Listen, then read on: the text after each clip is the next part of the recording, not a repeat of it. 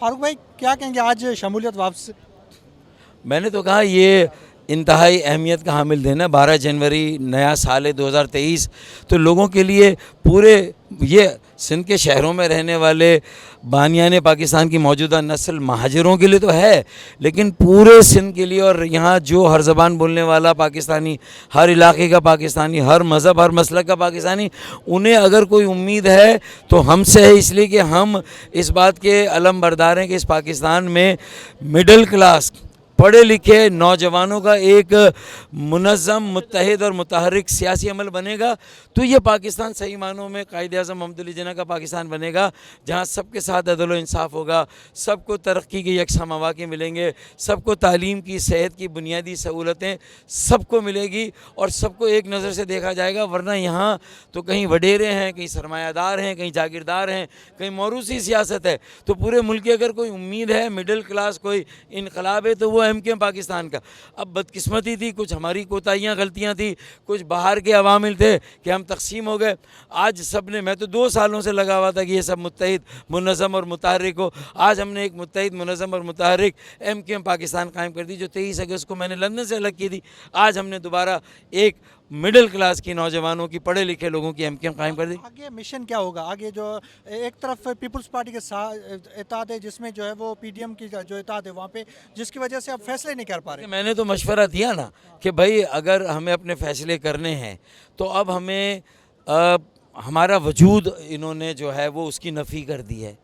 हमें बल्दियाती हलकों में हमारे साथ बदतरीन तारीख़ की धांधली हो रही है। यही वो नाइंसाफ़ियाँ हैं, जुल्म हैं, ये कबल इंतखाब धांधली, जैरी मैंडरिंग, डिसइनफ्रेंचाइज, एक पूरे तबके को अगर अलग कर दिया। हमारी लड़ाई हमारे आम सिंधी भाइयों से नहीं है। हम खुद अपने आप को उर्दू बोलने वाला सिंधी कहते रहे हैं, हम खुद अपने आप को नया सिंधी कहते रहे हैं, तो हम कोई फ़र्क नहीं करते। हम सिंधी बोलने वाली बहनें, बेटियां, बेटे, भाई हमारे हैं सब वो। लेकिन ये वडेरे हल्का बंदियों में जुल्म और नाइंसाफ़ी करके असल में कराची में जो हमारे दरमियान एक भाईचारा, हमांगी, हैदराबाद में और सिंध के शहरों में, ये यहाँ असल में हमें आपस में उलझाना चाहते हैं कि हमारे वो हल्के जो पीपल्स पार्टी के हैं, जो शायद सिंधी बोलने वाले बलोची बोलने वाले हों और हम उर्दू बोलने वाले सिंधी, उन हलकों में 30,000 पर एक हल्का, और हमारे सिंधी और बलोची बोलने वाले वहाँ पर जो है, सॉरी, वहाँ 30,000 बोलने वालों का हमारा जो है वो 90,000। वो तो ये नाइंसाफ़ी है। तो ये कह के क्या वो हमें आपस में लड़ाना चाहते हैं?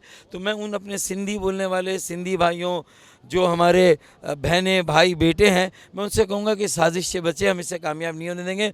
हम भाई को भाई से नहीं लड़ने देंगे, लेकिन ये साजिश हमारा साथ दें कराची के लिए, क्योंकि कराची सिंध का दारुल खिलाफ है। कराची पाकिस्तान की तरक्की का इंजन है। कराची बचेगा तो हम सब बचेंगे। अगर कराची तबाह हुआ तो पूरा मुल्क तबाह होगा। बल्दियाती इलेक्शन नज़र आ रहे हैं?